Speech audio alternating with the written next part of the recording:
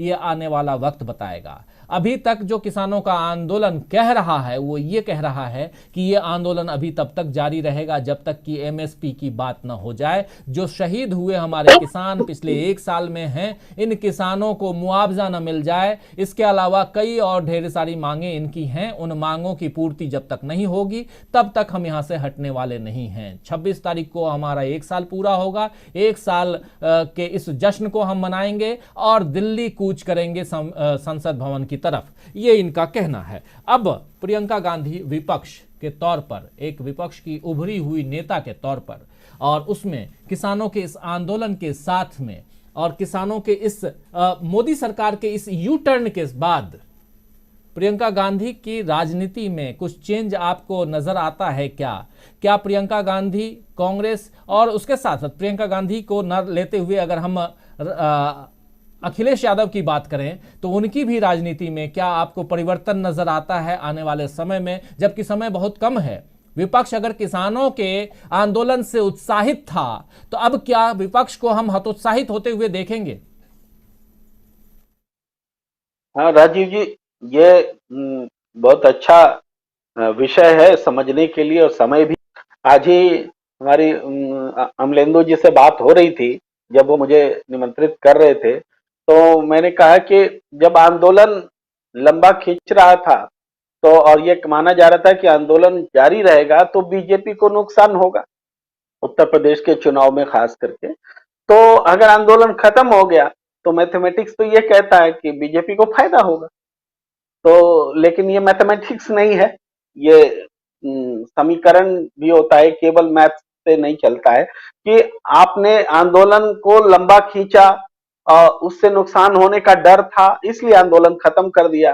तो अब उस डर की वजह से आंदोलन नहीं, कृषि कानून को वापस ले लिया। तो कृषि कानून को आपने वापस ले लिया तो अब फैसला बदल देने से क्या चीजें फिर 1 साल पहले जैसी हो जाएंगी? सारा कुछ खत्म हो जाएगा? तो ये 1 साल में जो घटनाएं घटी हैं उसके जो परिणाम हैं, या फिर आप जो आज फैसले ले रहे हैं उसके बाद जो परिणाम है, दोनों परिणाम की हम चर्चा करते हैं। जैसे बाद वाले की हम चर्चा करते हैं, जो थोड़ी नई बात लगेगी आपको, कि अभी उन्होंने फैसला लिया, आंदोलनकारी कह रहे हैं कि हम आंदोलन जारी रखेंगे। तो सबने पहले दिन तो चौंकाया, आपने देखा मीडिया को कि भाई इतना बड़ा दिल दिखा रहे हैं तो नरेंद्र मोदी, तो आंदोलनकारी छोटा दिल क्यों दिखा रहे हैं? तो ये दिल दिखाना और तंगदिली का मामला के रूप में पेश किया गया कि आंदोलनकारी तो खैर वैसी मीडिया के लिए तो पहले दिन से वो तंगदिल ही थे आंदोलनकारी, और बड़े दिल वाले तब भी थे हमारी बीजेपी सरकार, प्रधानमंत्री जी जब कानून लाया जा रहा था, जब हटा रहे हैं तब भी वो और भी बड़े दिल वाले हो गए। तो ये मीडिया का एक धड़ा ऐसे कहता रहा है। पर मैं ये कहना चाहता हूं कि आंदोलनकारी ये कह रहे हैं कि हमसे तो आपने बातचीत ही नहीं की, हम जो आंदोलन कर रहे हैं जिसकी वजह से आपकी तपस्या भंग हुई है, आप उससे बात ही नहीं कर रहे हैं।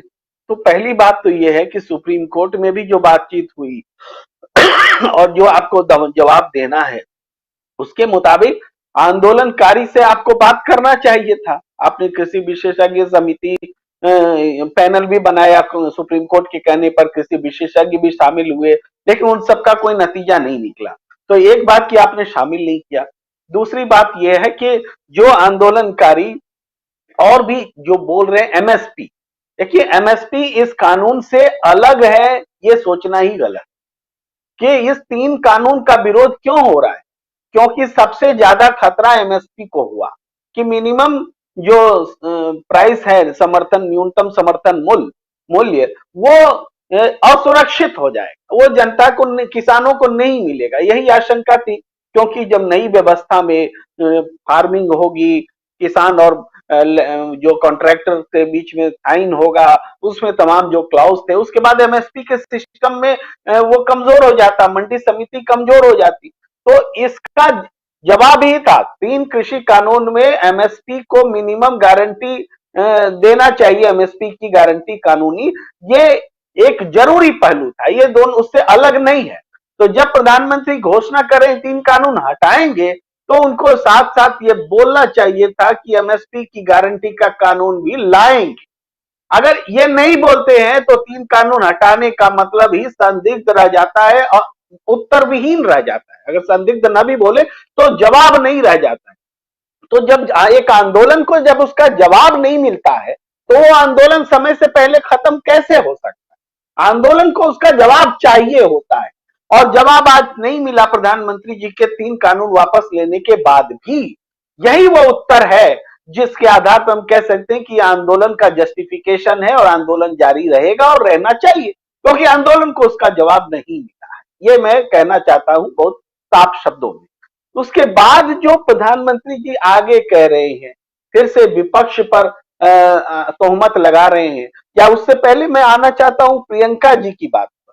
प्रियंका जी ने जो हस्तक्षेप किया, एक बहुमूल्य हस्तक्षेप है विपक्ष की ओर से।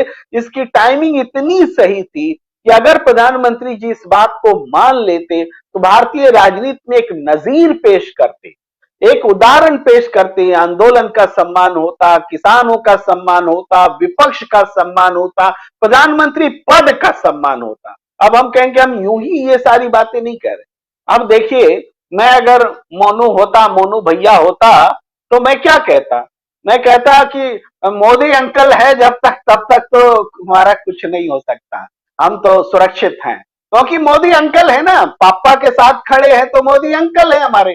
तो ये तस्वीर जो बनी है आज शाम में कि एक क्राइम जो किसानों को रौंदने का काम कर रहा है, जो आरोपी है, उसके मोदी अंकल उसके पापा के साथ खड़े हैं, उसको वो डैडी जिनकी गाड़ी से उन्होंने ये सब खुराफात किया है, करामात किया है, या जब तक साबित नहीं होता है, मैं खुराफात करामात कह रहा हूं तकनीकी रूप से बचने के लिए, लेकिन साबित होगा तो क्राइम है। तो इस समय जब मोदी, अब क्या हो गया, सिर्फ पिताजी के इस्तीफे का सवाल नहीं आया, अब यहीं से मैं कहता हूं राजनीति यहां से एक कदम आगे बढ़ गई। अब नरेंद्र मोदी जी के इस्तीफे का सवाल जुड़ गया है, क्योंकि आप लखीमपुर मामले में लखनऊ में आकर के आप एक जो कल्प्रिट है उसके पिताजी के साथ आप फोटो खिंचा रहे हैं, वीडियो कॉन्फ्रेंसिंग कर रहे हो, किसके साथ?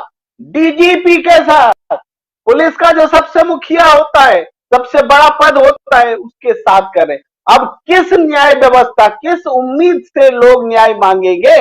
प्रशासन, देखिए एग्जीक्यूटिव जो है उसका प्रधान जो है वो संरक्षण दे रहा है, साथ में फोटो खिंचा रहा है उस व्यक्ति के पिताजी के साथ, या उस व्यक्ति के साथ जिसकी गाड़ी से वाक्य घटना घटी है, उस व्यक्ति के साथ जिसका बेटा का नाम है। तो ये तो एग्जीक्यूटिव के प्रधान का सीधे इन्वॉल्वमेंट का मामला है, बहुत ऊंचे लेवल पर आ गया आरोप।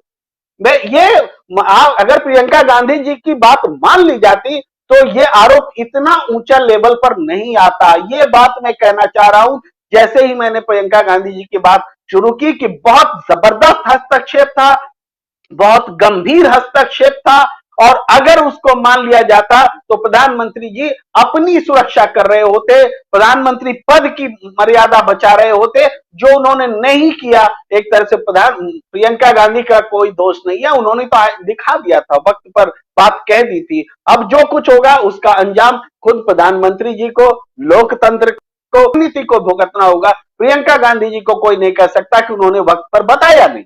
ये है उनके इंटरवेंशन का महत्व। इसलिए मुझे थोड़ा ज्यादा बोलना पड़ा, क्योंकि इस महत्व को दर्शाना, बताना, स्पष्ट करना बहुत ज्यादा जरूरी था।